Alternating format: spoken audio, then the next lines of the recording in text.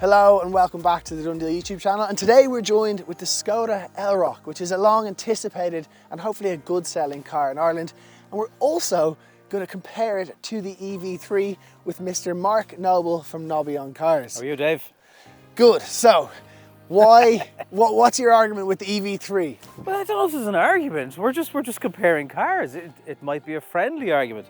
Well, they're two of the most anticipated smallish sized electric. Are they SUVs? Are they crossovers? I hate the SUV comparison. But they're both available from mid-30s onwards.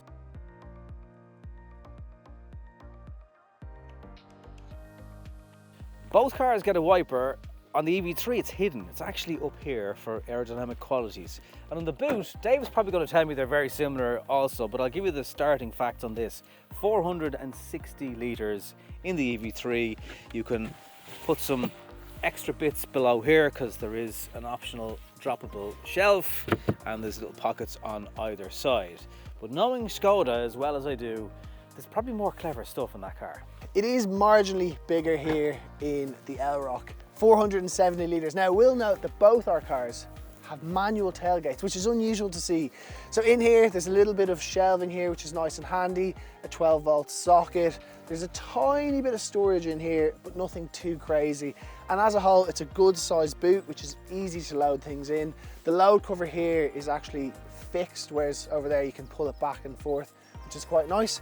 But yeah, nice and spacious, as you'd expect from a Skoda. So while Dave's Skoda Elroq has a slightly bigger boot, and we are talking only slightly, remember 460, I have a Frunk, which is quite decent actually, and you can put your Type 2 cable in here, or if you're not using that, you'll probably, well, there's not much else you would fit, but it's somewhere to put the cable, a dirty, wet cable, and Dave's going to have all that in his substantial boot. Rear area in the EV3, well, it's as you can see for yourself, it's decent enough. This passenger seat is all the way back. I'm about 5'9", so you still get space for the knees and the feet because it's a ground up EV. The floor is fully flat.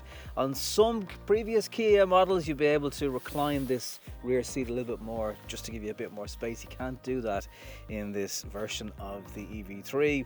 And the practical stuff is there as well, like the bottle holder and a reasonable shoulder height for rear passengers to be able to see out. I'd be fairly sure Dave Skoda has a little bit more space back here. Let's just clarify. Hey Dave, what's your rear like? There's a bit more knee space and your feet tuck in nicely under the seat in front of you. There's also Isofix points like there is in the EV3 that are really accessible here in the Elroq. Another thing I'd like to point out, Nobby 5'9", just like this is a little bit bigger. I'm also a little bit bigger, but I have tons of headspace, and there's some USB-C charging points down here. And overall, it's a very comfortable rear space. Even with a tall adult like myself, there's tons of room on a long journey. You get two Isofix seats in the rear of the EV3, and if you're dropping this rear bench to load larger items in from the boot, you can tuck the seat belts in with this handy little holder. I know Dave has fancy coloured seat belts, but I don't know if he has one of these. No, unfortunately you're trumping me there, although my nice red seat belts do look good. There's no clip. I think Seat is maybe the only brand in the Volkswagen group to get that, but look what I do have, Mark. Yeah. I have a passenger Isofix point. So this will make a big difference if you are a family of three. Some front wheel drive Kias suffered from wheel spin and torque steer in the past. I'm not saying that's been fully eradicated in the EV3. It's less obvious, but it is there at times. One huge benefit in terms of regen in the EV3 is the levels that you can manually override in the car. So you have 3 levels of regen. Then if you hold this paddle down for a couple of seconds, you'll see I-pedal come up, and then the car effectively is a 1-pedal solution. So as soon as you lift off the accelerator, you'll feel more resistance on the motor and it will bring the car to a stop. And it's quite a relaxing way to drive in stop-start traffic. Fuel efficiency, somewhere between 15 and 18 kilowatt hours per 100 kilometers. That's kind of the temperature range of this time of year. We're filming in May with a mixture of normal roads and motorways. That should be where you're seeing the fuel efficiency in it. On the handling front, it's reasonably okay. Yes, you feel the weight at times. Is it a car that you're going to be ploughing through corners? Perhaps not. Perhaps that's more for the EV6, which has a sportier edge. This is very much a family SUV slash crossover, and will do all the things you need it to do, but the driving dynamics of the car, pretty standard for a mid-sized electric vehicle. So the Elroq on the road, it is lovely. It is very similar to a lot of EVs, and if you've driven maybe an ID3 or an ID4, kind of any electric car built on a similar platform, it will feel very familiar in a very good way. It's got plenty of power. The turning circle is absolutely brilliant. It's probably marginally better than the EV3s, but again, that's stuff that probably won't matter massively in the real world. They're both good. Now, where it really suffers is there is no one pedal driving. So when you take your foot off the accelerator, even in B mode, it's very slow to recoup power, which means you use the brake pedal and it's not the most consistent push on the brake. So you find it can kind of jolt you a little bit. You do get used to it. It's virtually the same on all EVs, but having that I pedal that the EV3 have is unbelievable. In terms of efficiency, it's actually been pretty good. All week I've been blasting the AC because it's been quite warm, which really suffers when it comes to your efficiency, but I'm still getting maybe high 18, 20 kilowatt hours per 100 kilometers when I've been on the motorway. But overall, it is a lovely car to drive. As far as the interior as it goes in this Elroq, well, this is a slightly upgraded, I think it's a €700 optional extra, so it's a bit brighter, which actually makes a big difference. Even sometimes to your mood, just having a nice lighter dash. Now, in terms of features, there's wireless charging here, cup holders. You can remove this thing in the drink holder, but still your drink doesn't actually fit in, or mine doesn't. There's a bit of storage in here. There's some wireless charging there. I do like how in a Volkswagen Group you can rest your arm there, which makes a big difference. There's also some shortcuts here to your climate control, your driving modes, and a few other things. This is where the magic happens though. Your infotainment system's brilliant.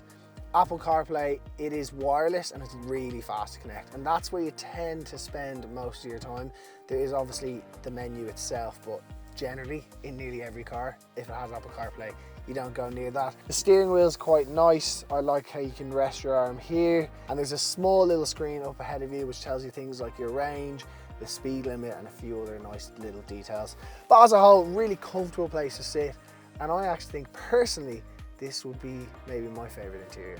First thing you'll notice in the EV3 is this integrated screen that just flows from the center right into the driver. One thing you can do is pay a subscription to watch things like YouTube, and the center area has a screen for the climate control, but it never actually leaves this center display, which should make life easier for you. There are some buttons, they're not really physical buttons, but they are behind this haptic bar here also. What you can do with this car is use Kia Pay, much like Apple Pay for example. You can use the car to pay for parking and also charge the car within Kia's inbuilt system, so no more using fobs or cards, and the Skoda can also do the same setup. It's good to see it happening in EVs finally in Ireland, because some markets have been ahead of us in this regard. One thing I've criticised in my own review of the EV3 is just how much space this wireless charging pad takes up. There is a lot of space then for storage down here, some grips for your bottles depending on how big your bottle is. A larger bottle, for example, won't actually fit in there, so you'll end up just leaving it to rattle around.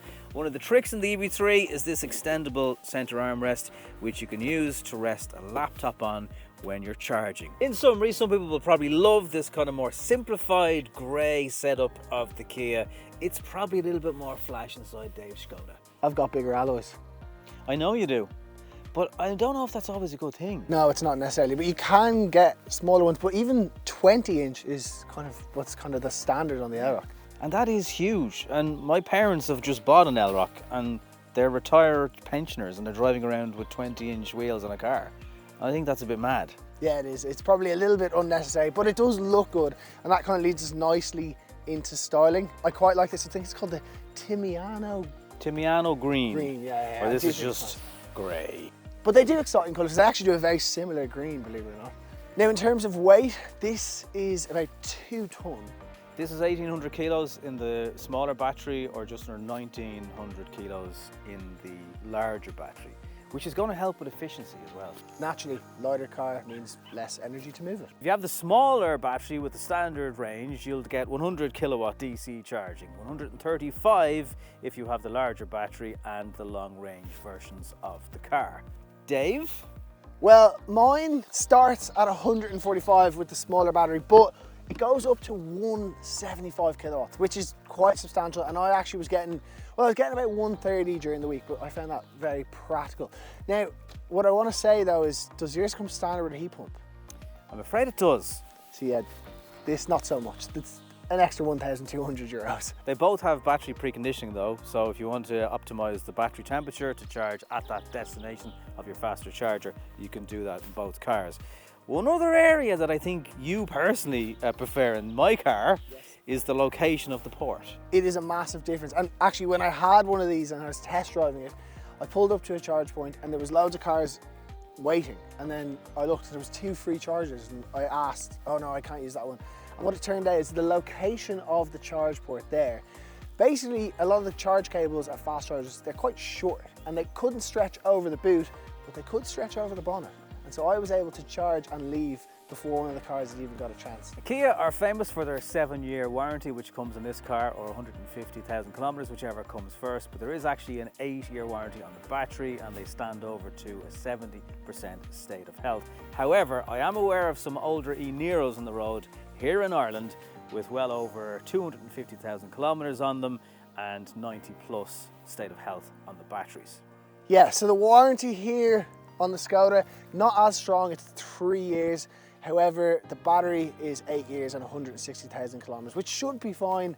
And realistically, that's probably what you want to look out for when buying an EV, is that battery warranty, and ideally buy one in warranty so that you can kind of have peace of mind. Of course, and a lot of the dealers which you'll find on Done Deal are now providing on a used car a certificate with the state of health of the battery, which is really helpful as an owner, because we get it. If you're trying to buy a car, it's a lot of money. People want some reassurance, and they want reassurance in EVs for starters, but also if you're buying a used car, has it been serviced? Who's looking after it? What's the battery like now? Now I have to ask Mark, in your summary, gun is to your head, what do you choose? It's a tough one. You can't have favourites. I owe both of these brands a lot of subscribers on my own channel. Without either of these car companies, I'd probably still be getting going. The head probably says the EV3. I think you'll probably get a little bit more range out of it. The heart says the Skoda. There's more interior space. It's a little bit more colourful and brighter, albeit this is available in brighter colours, as you've said. I think for both cars to go to the sportier versions, they are on the more expensive side. The Sport line, as you said, is 50. The GT line is close to 50. That's a lot of money. I would say in the real world, to buy either car is kind of how you want. You're talking mid to high 40s anyway. And on that, I think there's a little bit of a difference, I suppose, with this car maybe suits someone who's doing a lot of driving, maybe for work, doesn't have as old children that maybe need the space, whereas this, again, it can go far, but you have a little bit extra space in the rear. So it's, even though very similar target markets, probably slightly different, maybe points of life. Either way, both are actually brilliant cars and will make you quite happy. One final curveball for you, Dave. Skoda Ireland have just dropped the price on the facelift Enyaq. So if you go for the entry-level version of that car, in some ways it actually undercuts the Elroq.